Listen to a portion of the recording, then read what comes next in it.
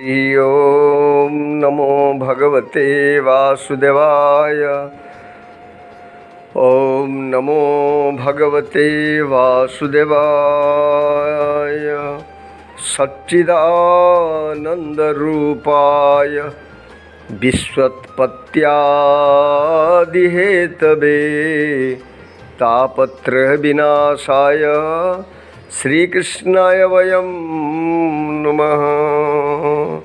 श्रीकृष्णाय वयं नमः। परम ब्रह्म परमात्मा परम पुरुष शाश्वत आदिदेव परमात्मा सच्चिदानंद घन विग्रह श्रीकृष्ण भगवान कर चरणारविंदर अनंत कोटि प्रणाम पूर्वक उपस्थित समस्त गीता परिषदर भाई भौणी मानक मोर सादर हरिओम। आसतु आज आम त्रयोदश श्लोक उपरे आलोकपात करिवा। आहुस्त्वा मृषयः सर्वे देवर्षिः नारदस्तथा असितो देवलो व्यासः स्वयं चैव ब्रवीषि मे। अर्जुन कहिले आपण हेउचंती परम ब्रह्म, परम धाम ओ परम पवित्र। आपण शाश्वत दिव्य पुरुष आदिदेव अज सर्वव्यापक। केवल जे अर्जुन एक कथा कहउचंती से कथा नुह। अर्जुन कहउचंती मु केवल कहूचे एक कथा नुह। आपण को सप्त समस्त ऋषि देवर्षि नारद असित देवल व्यास आदि मध्य एभली भाव वर्णना करुचंती। केवल जे ऋषि माने वर्णना करुचंती ता नुह। आपण निजे मध्य मते बहुबार कहि सारलेनी जे आपण होचंती एभली भाव शाश्वत परम ब्रह्म। ताहेले एठारे अर्जुन वर्णना करुचंती श्लोक रे जे ऋषि माने मध्य आपण को एभली भाव वर्णना करिचंती। ताहेले प्रथमे भगवान कर मानस सृष्टि रे ऋषि माने जन्म होइचंती।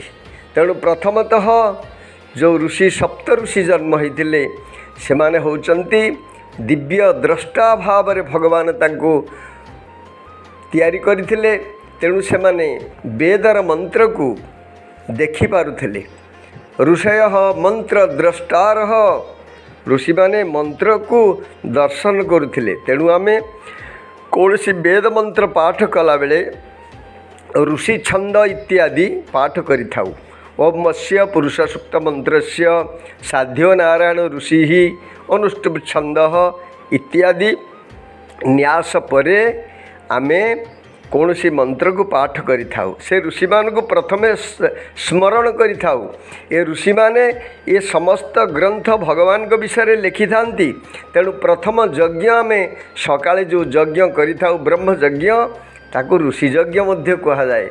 कारण ऋषि ऋणरु मुक्त हवा निमित्त आमको ऋषि यज्ञ ऋषि माने जो यज्ञ परमात्मा कर उपासना करुथिले जहाँ आमको लिखि देइचंती जहाँ आमको शुणी देइचंती ताहा आमे स्मरण करिवा निहाती आवश्यक, पठन करिवा निहाती आवश्यक। तेणु सर्वप्रथमे सकाळे स्नानपूर्वक ब्राह्म मुहूर्त श्रीमद् भगवत गीता पठन पाठन इत्यादि कले निश्चित भाव में आम ऋषि ऋणरु मुक्त हेबा। अर्जुन कहउचंती ऋषि मान केवल कहूना आपण मध्य एभली भाव में वर्णना करिचंती। कौन वर्णना करिचंती आपण द्वितीय अध्यायर 20 नंबर श्लोक रे मध्य आपण कहउचंती अजो नित्य शाश्वतयं पुराणो न हन्यते हन्यमाने शरीरे। परमात्मा अजो नित्य शाश्वत पुराण न हन्यते हन्यमाने शरीरे। एक कथा आपण द्वितीय अध्यायर 20 नंबर श्लोक रे वर्णना करिसंती। पुणी अष्टम अध्यायर 10 नंबर श्लोक रे कहउचंती शतम परम पुरुषमुपैति दिव्यम। दिव्य पुरुष बोली वर्णना होती परमात्मा को। तापर सप्तम अध्यायर 25 नंबर श्लोक रे कहउचंती मूढ़यम नाभिजानाति लोकमामम अजम अव्ययम।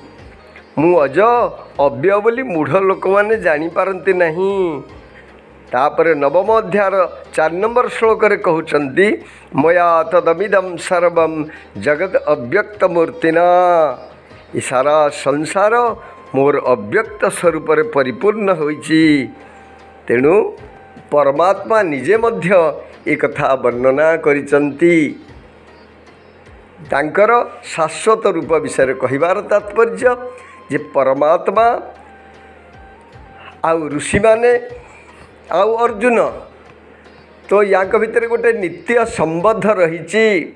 तेणु ऋषि माने जहाँ कहउचंती अर्जुन से भली भाव वर्णना करुचंती, तापरे भगवान मध्य से या वर्णना करुचंती। तेणु भगवान स्वरूप विषय सोई जा नहीं जेहु देहु जनाई, जा नहीं तुम ही हो जाई। परमात्मा के विषय परमात्मा ही जन दियंती एवं परमात्मा के विषय जानीगले तमें तांको स्वरूप प्राप्ति हुआ। जय जगन्नाथ स्वामी की जय। ओम नमो भगवते वासुदेवाय। ओम नमो भगवते वासुदेवाय। आसंतु वर्तमान चतुर्दश श्लोक उपरे आलोचना रखिबा। सर्वमेतद्रुतं मन्ये यन्मां वदसि केशव, नहीं ते भगवन् व्यक्तिं विदुर्देवान् दानवः। अर्जुन भगवान को कहउचंती जे आपण मते बारंबार कहीं एक कथा वर्णना करुचंती, कौन मोर आपणकर स्वरूप उपर अविश्वास अच्छी? अर्थात केवल श्रद्धावान विश्वासी एवं संपूर्ण भाव में भक्तवत्सल अर्जुन बोली भगवान निजर स्वरूप विषय वर्णना करिसंती। अर्जुन एठारे प्रश्न करुचंती जे आपण बार बार कहिबार उद्देश्य कौन? कौन सी जिनस को बारंबार उच्चारण करने द्वारा ताहा बुद्धि रे प्रवेश करी जाए, हृदयंगम हुए, बोध हुए। तेणु भगवान ताको बारंबार उच्चारण करुचंती। अर्जुन कहउचंती हे केशव, मते आपण जहाँ किछि कहउचंती से सब को मु सत्य बोली मन करुछि। कारण जणे कहे जणे शुणिले, दुई जनटी ज्ञानी। जणे कहे जणे न शुणे, दुई जन अज्ञानी। माया बाबा अति सुंदर भाव में लिखिंट। जड़े जदि कहे जड़े शुणे ना ताहले दी जन जाक मूर्ख। जदि जड़े कहे आउ जड़े श्रवण करे, ठीक भाव में अनुभव करे, ताहले दी जन जाक ज्ञानी। अधिकारी नहेले ताको कहवा कथा नुहे, लाभ किछि हब नहीं, फलप्रद किछि हब नहीं। हे भगवान, आपण प्रकट हवा विषय देवता दानव केही हेले जानती नहीं। एठी देवता आमे जो मान को देवता भाव में पूजन करुचु, जो माने दिव्यत्व प्राप्ति होइचंती से माने देवता। दानव कहले तो राक्षस, ए माने मध्य केही जानी पारंते नहीं। तो देवता माने आपण माने बहुत थर आमे कहिचु, आपण माने जानिचंती जे देवता माने होउचंती एटा भोग जोनि, अर्थात सेठी पुण्यर भोग निमित्त जाइचंती। किंतु सेठी परमात्मा विषय चिंतन करने से माने अधिकारी नुहंती। परीक्षित महाराज को भागवत कथा श्रवण करने सुखदेव जी महाराज उपस्थित अछंती। देवता माने असह्य हेले, चिंता कले जे आमे भगवान कथा श्रवण करने जीवा एवं ता बदल रे परीक्षित महाराज को अमर करदेवा। तांकर मृत्यु अच्छी ना, ताको बंचेदेवा। तेणु अमृत कुंभ नहीं पहुँचले कौटी? सुखदेव महाराज के पाखरे। सुखदेव महाराज मना करदेले, कहले आपण माने सेई भगवत कथा निमित्त अधिकारी नुहंती। ता माने मुक्ति पाई जो माने प्रबल इच्छा करती से माने ही केवल अधिकारी। तेणु देवता माने मध्य मोर स्वरूप विषय जानी पारंते नहीं। आउ दानव बा किमिति जानिबे? दानव जो माने राक्षस, दानव शब्द एठी कहीं व्यवहार कराइचंती ना? दानव माने बहु विचित्र माया करि पारंती, विभिन्न प्रकार अलौकिक कथा से माने करि पारंती। विभिन्न प्रकार छद्मवेश धारण करिपारନ୍ତି। तो भगवान होउचंती मायाधर। जमती रिजर्व बैंक बाला को आपण 500 टंकिया नोट देखैबे, से देखी नहीं केबे नोट। ठीक से भली भाव में राक्षस माने जो माया देखाती भगवानकर जो माया भितर से माया प्रतिष्ठित। तेणु भगवान विषय कौन सी मायावी लोक राक्षस मध्य जानीपारे नहीं, कारण जेते माया कले भी से माया भितर रहिबो। तेणु मायाधरंकर कथा अर्थात परमात्मा माया को धरिचंती, आउ देवता मानव राक्षस एमाने माया भितर अछंती। आउ से परमात्मा का स्वरूप विषय जानिबे बा किपरि। तेणु अर्जुन कहउचंती हे प्रभु नहीं ते भगवान व्यक्ति विदुर्देवान दानवः। आपण को देवता दानव केही हेले मध्य जानी पारंते नहीं, ताले किए जाने ना सोई जा नहीं जेहु देहु जनाई, जा नहीं तुमई होई जाई, तुम्हारी कृपा तुम्हारी रघुनंदन, जा नहीं भकत भकत उर चंदन। भगवान के निकट रे बुद्धिर चमत्कारिता सिद्धि काम करे नहीं।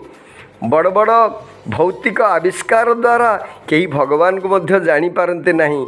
आउ जो माने आज निजको भगवान बोली कहउचंती, जो साधु सन्थ बेशरे लोकों को ठकिबा को आरंभ करिचंती, सेमाने एभली स्वरूप विषय सेमाने मध्य जानी नाहंती। मात्र निजे भगवान बोली पुंडरीक भलिया भगवान बोली कहउचंती। आपण माने तांको पछरे केबे दौड़ंतु नहीं। परमात्मा सच्चिदानंद घन विग्रह सर्वव्यापी परम ब्रह्मंकर उपासना करंतु। जय जगन्नाथ स्वामी की जय। नमो भगवते वासुदेवाय। ओम नमो भगवते वासुदेवाय। वर्तमान आम एकादश श्लोक पाठ रखिवा। तेषामेवानुकंपार्थम अहमज्ञानजं तमः नाशयाम्यात्मभावस्थो ज्ञानदीपेन भास्वता। तेषां सेमानक पाई एव केवल अनुकंपार्थम अनुकंपावशतः अहम मु अज्ञानजम अर्थात अज्ञान जात तमह अंधकार नाशयामी अर्थात वो नाश करे।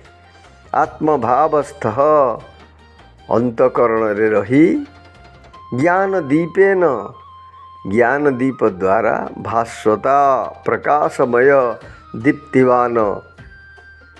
आउ थरे पाठ रखिवा। तेषामेवानुकंपार्थम अहमज्ञानजं तमः नाशयाम्यात्मभावस्थो ज्ञानदीपेन भास्वता। श्लोकार्थ हैला अनुकंपावशतः मु सेमानकर अंतकरण रे रही दीप्तिमान ज्ञान दीप द्वारा अज्ञान जनित अंधकार को विनाश करे। जय जगन्नाथ स्वामी की जय। ओम नमो भगवते वासुदेवाय। ओम नमो भगवते वासुदेवाय। वर्तमान में द्वादश श्लोक पाठ रखिवा। अर्जुन उवाच परम ब्रह्म परम धाम पवित्रं परमं भवान् पुरुषं शाश्वतं दिव्यं आदिदेवमजं विभुम।